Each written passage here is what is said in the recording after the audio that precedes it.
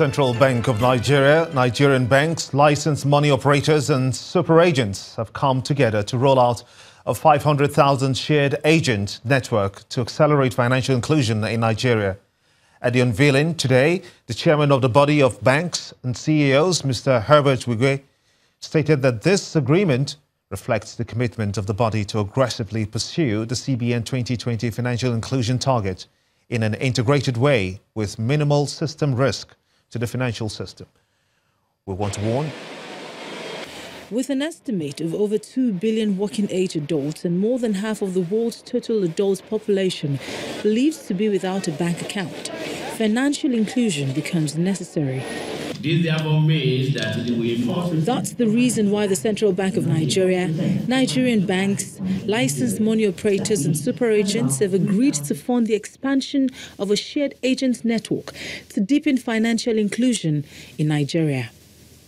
Financial inclusion is about increasing access to a broad range of financial services such as payments, savings, remittances, insurance, pension, and credit, all at affordable cost. It is central to the growth and sustainable development of any nation because of its direct link to enhanced access to finance, leading to improved income, poverty reduction, and a stable financial system. What we are trying to achieve is to ensure that we have as much as possible of people everywhere, even in the rural areas, being in the financial sector. That is really the objective. The banks have done very well in the urban areas, and it is practically impossible for them to cover all the rural areas, and that's the objective of the shared agent network, where the mobile banking operators will go to the rural areas and complement what the banks are doing. Apart from the creation of over 500,000 new jobs over the next 2 years, this plan comes with its own benefits. When you come into the formal system, you then start to develop the ability to access loans for your business or your individual needs, to ultimately have insurance for the things that are important. Maybe you start to create a pension for yourself. You also begin to get a tax identification number. You become a more valid and important member to your society. Over the next 3 years, Nigerian banks aim to formally bank at least 60 million additional Nigerians, an average of 20 million yearly. Financial technology-based lender SunTrust Bank has signed a financial memorandum of understanding with Islamic Coordination Corporation for the development of the private sector. The agreement, which aims to fund small and medium enterprises through no-interest investing, was formalized at a ceremony here in Lagos. It's the third Africa Islamic Finance Forum in Nigeria, and on the sideline is this session for the signing of Memoranda of Understanding between some domestic non-interest lenders and multilateral development financial institution, the Islamic Corporation for the Development of the Private Sector, also known as ICD. Standing out in the deals is that of fintech-based commercial lender, SunTrust Bank. A round of applause and congratulate them for this MOU signing.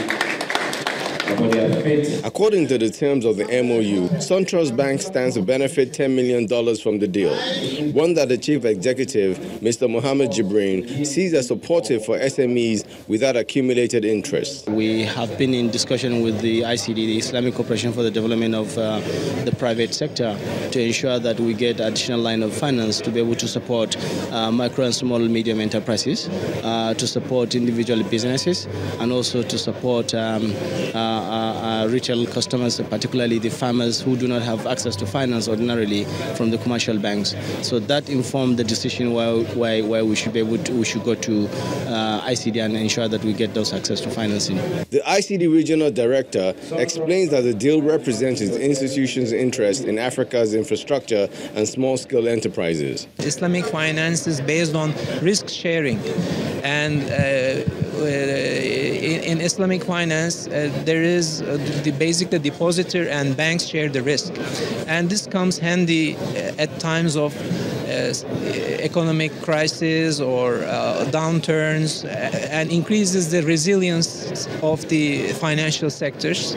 With the deal, which has been endorsed by Nigeria's Ministry of Finance, SunTrust Bank hopes to blaze the trail in accordance with Sharia laws. Let's move on to business news with Anne Waldo.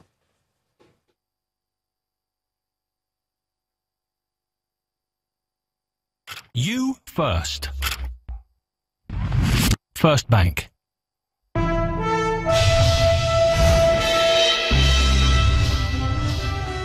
Thank you, Gimba, and welcome to Business News. The monthly Federation Account Allocation Committee meeting ended today in a deadlock owing to what members have termed discrepancy in revenue figures from the Nigerian National Petroleum Corporation, the NNPC. The Accountant General of the Federation, Ahmed Idris, and the Chairman of the Finance Commissioners Forum, Mohammed Yunusa, confirmed this development in Abuja today. Obviously, you are aware that anything to do with the federation revenue is statutory and therefore constitutional. And we must always verify our figures to the last kobo, failing which we will be committing an illegality and unconstitutionality. And it is on that note we observe some issues on the figures given by one of the major revenue-generating agencies, namely the NNPC, and the meeting is of the view and opinion that until and unless these figures are reconciled, corrected, verified, and they are factual, we cannot distribute the revenue as the case is. Now, with that inconclusive fact meeting today, the Minister of Finance and the Chairman of the Federation Account Allocation Committee, Mrs. Kemi Adeosun, will now reconvene the meeting tomorrow, Wednesday, March the 28th. The statement from the ministry says that an emergency meeting has also been scheduled for next week with the Group Managing Director of the NNPC, Mr. Maikanti Baru, and other key management staff over revenue payments. The shareholders of leading investor services firm Africa Prudential PLC has approved the payment of 40 kobo per share dividend for the financial year 2017. The investors voted unanimously in support of the proposed dividend, representing a 7.7% yield at the annual general meeting, which was held today in Lagos. This will be the fifth post-listing annual general meeting of Africa Prudential PLC since 2013, and it's remarkable as a result of the successful change of name in the 2017 calendar year, which allows the firm to diversify its line of business from registrar operations into other investor services lines. Following the proposal of 40 kobo per share dividend by the board of directors, shareholders react. Those against? Well, the ayes have it. I hereby move that a dividend of 40 kobo per share in respect of the year ended December 31st, 2017 be paid to all shareholders. The dividend is an improvement over the 30 kobo per share payout in 2016, a development that has met shareholders' expectations. We saw the hall today, happiness, and we are expecting more. And for them to have paid 40 kobo at this time of that development, they just started about 5 years ago, and we are already happy. Africa Prudential is a classic example of the impact of a very good board and sound management on corporate performance. For the board, transiting from single operational line into a diversified structure is a success story. Now we engage in some other activities and businesses that is adding value to the organization. Quite just a year down the line, we have a good story to tell. But I can assure the shareholder that as the year progresses, there will be a significant, even better performance compared to what we have had now.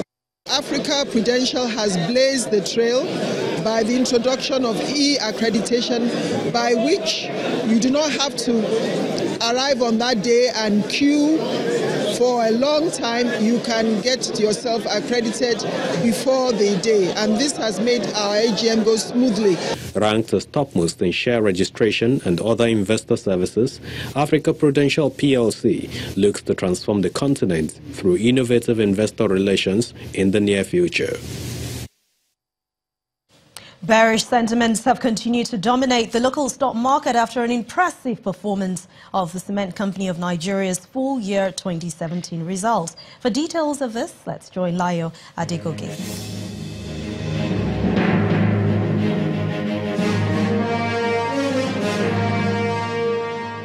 Hello and welcome to the Stock Market Report. More load shed hit 4 key sectors of the NSE, which led to a 51 basis point drop in the all-share index and 76 billion naira reduction in the total values of equities at the close of Tuesday's trading session. The extended lackluster performance is trailed to sell pressure from short-term investors ahead of the upcoming 2-day CBN MPC meeting in April, as well as preparations for the Easter holiday commencing on Friday. The share price of GlaxoSmithKline rose further to nearly 14 naira after notching up 10.16% ahead of 20 other gainers, but was overwhelmed by losses from 31 decliners led by Diamond Bank. Total value of shares traded for the day remains around 300 million units, while the top 3 contributors to the turnover are the shares of Japol, Zenith Bank, and FBN Holdings.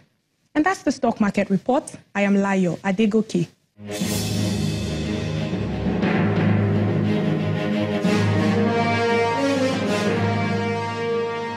Thanks a lot, Layo. As for other major world stock markets, they have ended today mixed, with the Dow erasing earlier gains following a decline in the tech sector. Let's see other figures for today.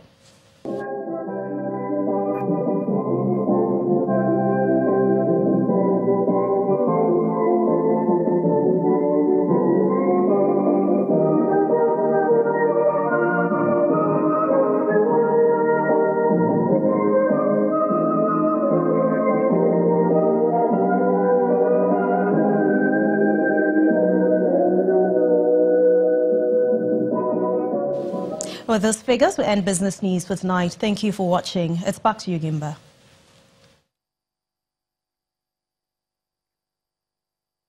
You first. First Bank. The acting chairman of the Economic and Financial Crimes Commission, the EFCC, Mr. Ibrahim Magu, has re-echoed the betrayal of public trust as the worst crime in the public space. Mr. Magu made the comment during the closing session of a retreat organized by the Anambra State Governor, Mr. Willie Obiano, to prepare the members of the State Executive Council for better performance in the next 4 years. The governor says it's important that he and members of his cabinet are on the same page for a progressive and transparent government. Transparency is a watchword of the Willie Obiano administration in Anambra State, according to the governor. And the arrival of the acting chairman of the EFCC, Ibrahim Magu, at a retreat in Awka towards excellence in governance appears to reinforce this assertion. According to the EFCC boss, this is the first time he's agreed to lecture at such a retreat, a reflection of his conviction of the anti-corruption stance of Governor Willie Obiano. He takes his seat and expounds on corruption. I always appeal to people to support the fight against corruption, because I think the best strategy is to mobilize people, mobilize everybody to join in the fight against corruption. Because corruption is evil, it's a disaster. Even the civil war was caused by corruption. Even the problem of Boko Haram, etc., happening in there is caused by corruption. Corruption leads to so many things. So please support the fight against corruption. Receiving the baton, Governor Obiano reiterates his charge to members of his administration to be honest and transparent. I encourage all of you to continue doing the good works you're doing and say no to corruption. As he hands over a souvenir to the acting EFCC chairman, he reassures him of their commitment to accountability. I want to reassure you that your coming has strengthened our conviction, and we are all ready to fight crime.